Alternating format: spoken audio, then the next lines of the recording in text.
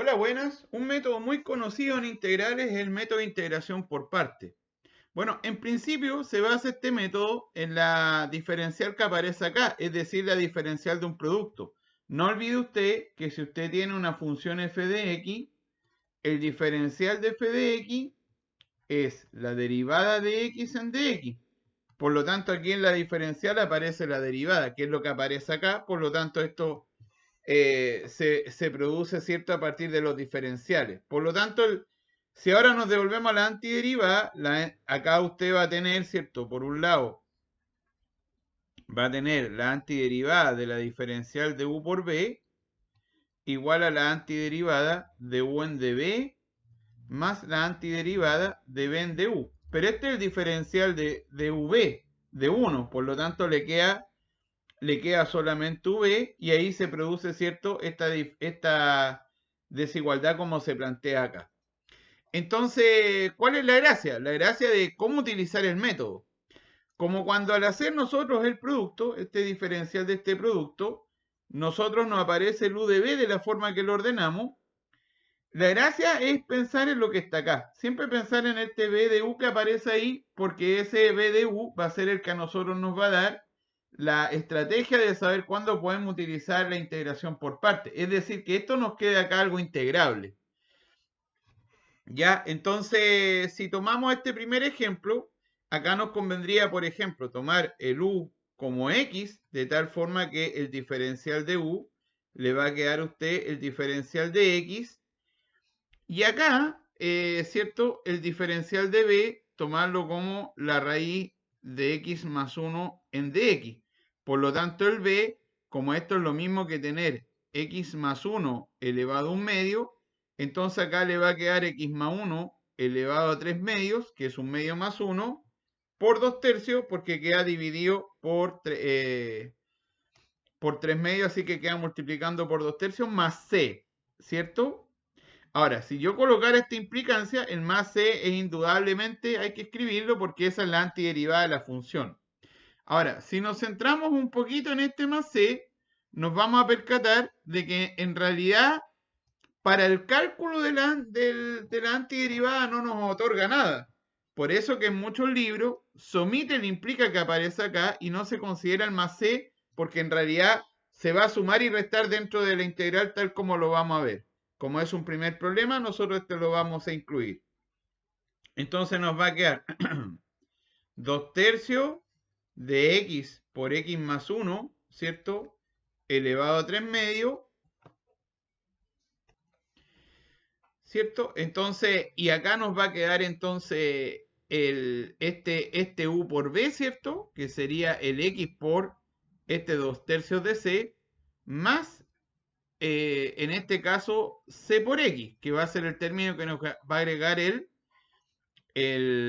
este caso el x por c, el u por b, menos la antiderivada, ¿cierto?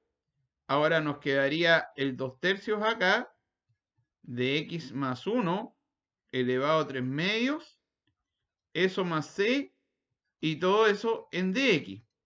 Y ahí usted puede observar lo que le comentaba antes, porque por un lado nos va a quedar el 2 tercios de x por 1 más x elevado a 3 medios, más c por x, menos, ahora el que nos va a quedar 2 tercios de x más 1 elevado a 3 medios más 1, ¿cierto? Acá nos va a quedar el exponente 3 medios más 1, que en este caso es 5 medios, dividido por 5 medios, por lo tanto va a quedar multiplicado por 2 quintos.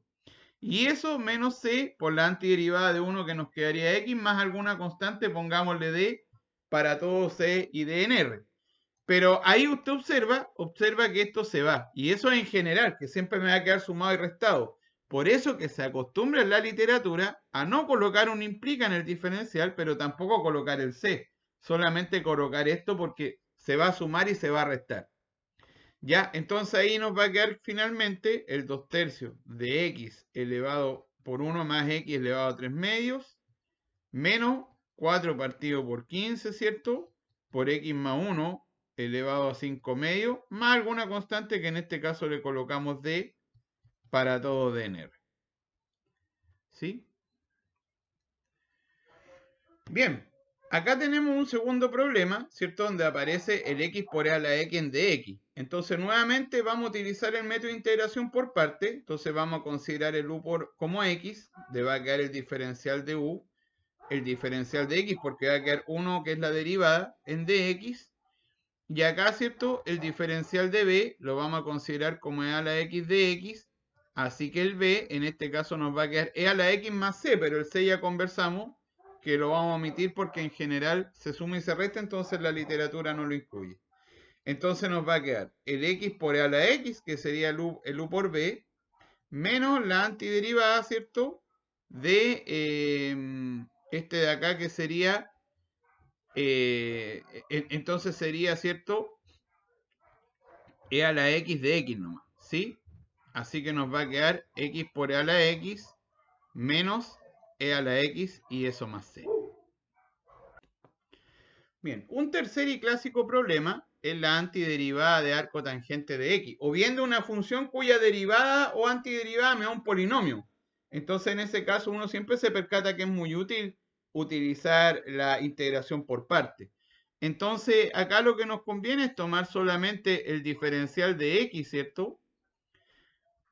En este caso, como nuestro du, y el b, ¿cierto? Como arco tangente de x. Entonces el diferencial de b nos va a quedar 1 partido por 1 más x cuadrado, ¿cierto? En dx, y el u solamente nos va a quedar como x.